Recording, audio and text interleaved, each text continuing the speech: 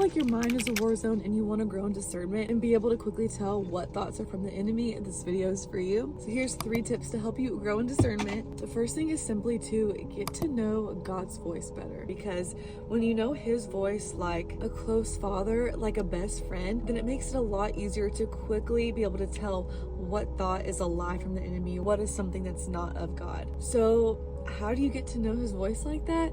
It's by 1, spending time with him. The people who you're closest with in your life and whose voices are most familiar to you are the people that you are constantly spending time with, constantly engaging in conversation with. And the same thing goes for God. John 10:27 says, "My sheep listen to my voice. I know them and they follow me." Another way to get to know God's voice better is by getting to know his character by reading his word. When we read the Bible, we learn more about God's heart and his character, so then it makes it easier to discern those things where we can take a step back and be like, actually, that's not something God would say, or that doesn't fall within his character. Which leads to the second way to grow in discernment, and that is by reading God's word, reading the Bible. Not only does it teach you about God's heart, but it also gives you knowledge and confidence in his truth. Because when you know what's true, you can decipher the lie. Example, there's a thought in your head, you should be scared for the future, things aren't going to work out, you're going to be unhappy and a failure. Hold on a second, actually, that's a lie, because God's word says, "For I know the plans I have for you, plans to prosper you and to give you hope in the future." God's word says, "Surely goodness and mercy will follow me all the days of my life." God's word also says, "For I have not been given a spirit of fear, but of